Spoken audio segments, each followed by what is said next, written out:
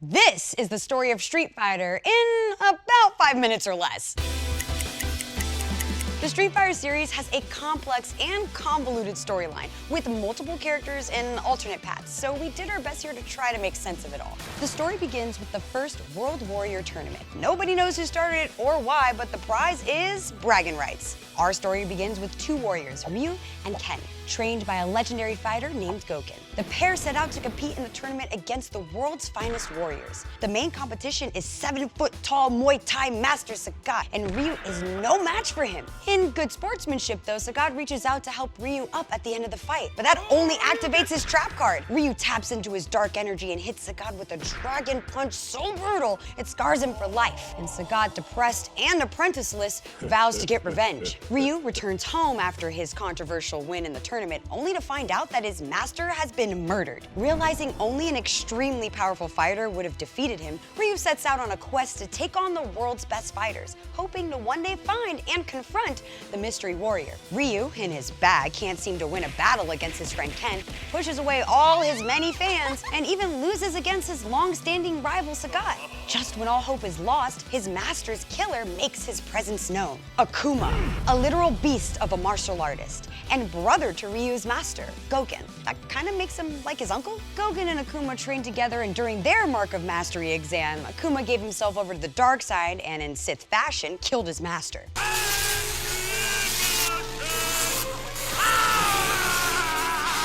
Sensing that the dark side was strong with this one, Akuma goes easy on Ryu and shows him what true power is as he destroys an island and promises that they will meet again when Ryu chooses to summon his full power. Meanwhile, Sagat, haunted by his hollow victory over Ryu, is recruited by a criminal organization run by a really bad guy. I mean, he's murdered Chun-Li's father, killed a Korean official's entire family, and brainwashed teenagers into assassins, just to name a few. And powerful too, so powerful that it's pushing his body to its limits. So, Bison creates a clone in order to transfer his essence to it, and even she knows he's a bad guy and goes rogue. Sagat joins Bison with the promise of increased power and the whereabouts of his nemesis Ryu so he can 1v1 him for real this time. Ryu, not taking the advice he heard about Bison seriously enough, is defeated and gets taken back to the lab for brainwashing via Bison's super special psycho power. Realizing Bison's promise is totally too good to be true and that Bison plans to use Ryu as merely another puppet and new host body, Sagat fights Ryu and saves him from brainwashing so that they may truly run it back one more time. With Bison distracted, Ryu breaks the mind control with the power of friendship and an epic battle ensues. At the same time, the military raids the crime syndicate, shutting the whole operation down.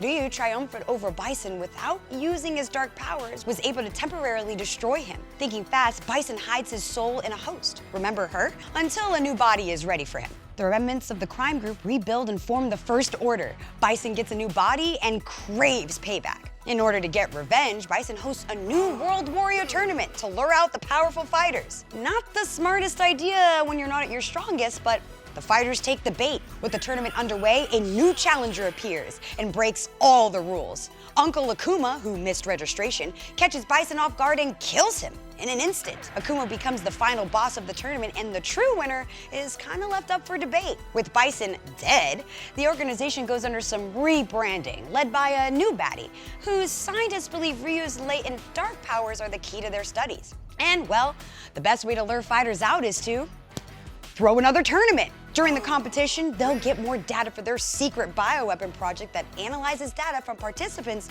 to enhance human ability. Ryu, fighting back his corruption, manages to fight through the ranks and finds himself face to face with the new boss. Ryu defeats him by using his dark powers even though he's at risk of corruption. But Ryu doesn't need to worry. His master actually lived that entire island exploding and is able to seal the corruption away with the power of nothingness. This just in, Akuma, you didn't kill your brother. Pissed at his failure and eager to claim Ryu as his apprentice, Akuma challenges his brother for Ryu's soul. When the smoke cleared, both men lived, but Ryu returns home with his master. But of course, Bison is still alive and has been making moves in the shadows. Seth was merely an android gone rogue, buying him time so he could secretly launch his ultimate plan. His loyal servant Fang takes center stage and sets Operation Chains in motion. With the satellites in place, an EMP is released that triggers fear and insanity, which Bison can then harness for his own psychic power in order to conquer the world. With the 7 black moons already in place and the plan underway, our bad guys kick up their feet. Unfortunately for them, one of the hackers they kidnapped to make this plan sabotaged the entire process. The series of keys needed to activate the black moons were sent out to various street fighters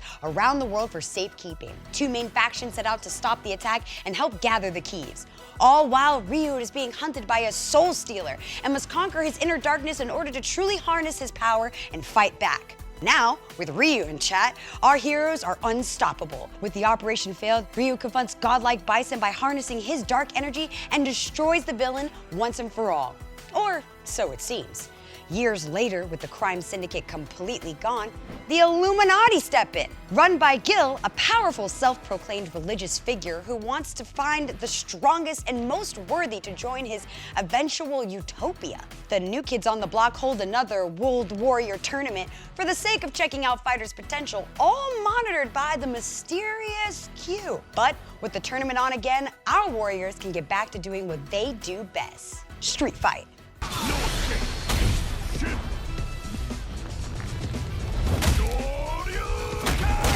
Well, how did we do? This is Inside Gaming. Subscribe more for news, updates, and recaps. That was like a lot of games and continuity and Reddit threads, and I chose the ending where Akuma wins because it's not canon in the anime where it's Chun-Li and all the other guys are in the military where they blow them up in, I don't know, Brazil or something. That's not canon. Capcom hasn't confirmed it. They confirmed Akuma.